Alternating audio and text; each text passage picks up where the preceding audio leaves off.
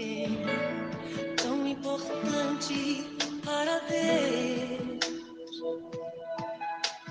Nada de ficar sofrendo angústia e dor nesse teu complexo inferior, dizendo às vezes que não é ninguém. Eu venho falar do valor que você tem. Eu sou Daniel Nonato, obrigado a você pela sua presença fraterna, amiga e solidária em nossas lives, em nossas reflexões, em nossos momentos aqui pela manhã via WhatsApp, via YouTube, via Facebook. Lembrando a todos e a todas que hoje é sexta-feira. Há uma promessa aí no Rio de Janeiro, né, que a chuva vai vir lascando geral, como diz no Nordeste, né? A chuva está vindo, o tempo já está nublado. Alguns que reclamavam do calor, agora irão reclamar da chuva. É que o povo é assim, quando chove, reclama, quando está calor, reclama. E resumindo a história, as pessoas têm suas preferências, mas na hora que as preferências acontecem, elas lamentam. Ainda falando do caso Robinho e do caso Daniel Alves, Robinho ontem oficialmente preso, né, pela Polícia Federal para cumprir pena por estupro, e também Daniel Alves sendo solto lá, pagando 5 milhões de reais. São situações diversas, né, que nos deixam indignados. E a gente ainda olhando para o caso do cartão de vacina de Jair Mentira Bolsonaro, é um caso grave, e aí acontece a cortina de fumaça, porque a Janja Lula da Silva, juntamente com o senhor Luiz Inácio Lula da Silva, ou a equipe que eles têm lá trabalhando com eles, não souberam procurar os móveis de forma correta. Lembrando que o Palácio da Alvorada não é um conjugado de um quarto e sala, não, né? O Palácio da Alvorada é um palácio, diz o nome. E se o Mentira Bolsonaro não tivesse saído correndo do Brasil, fugido, escapado, escafedeu-se do Brasil, certamente esse constrangimento de dizer que ele levou móvel, que móvel sumiu, etc. e tal, não teria ocorrido.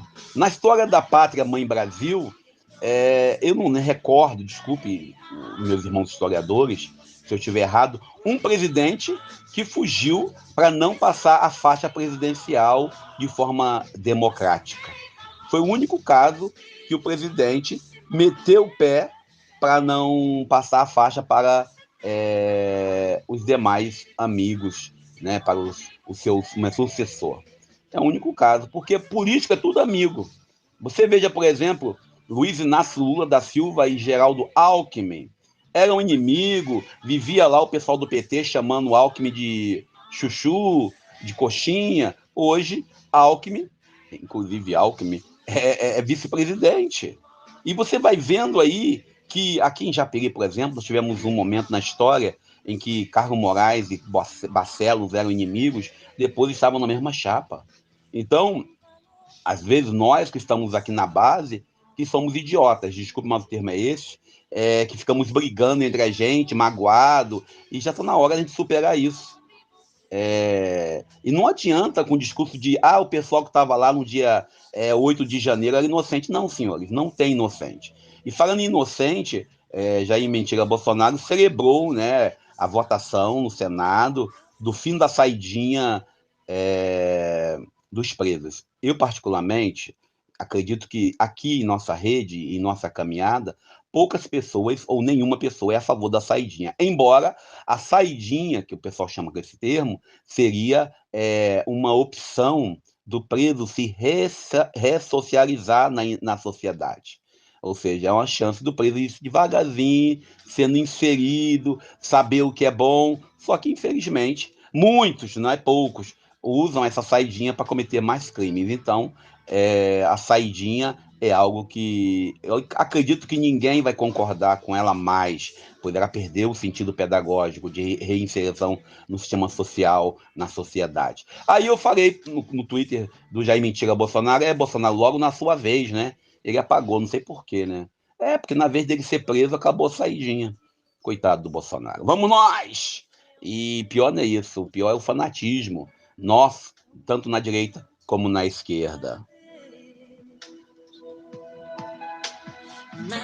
O evangelho de hoje, o evangelho de João capítulo 10, versículo 31 ao 42, e hoje, para quem está no WhatsApp, não tem comentário escrito, eu não tive tempo, ontem estive lá no 31 Jacê Escola, 92 anos, dos 92, né, eu passei há 4 anos, e também já tem 30 anos atrás, né, eu tô velho mesmo, que nós passamos pelo 31.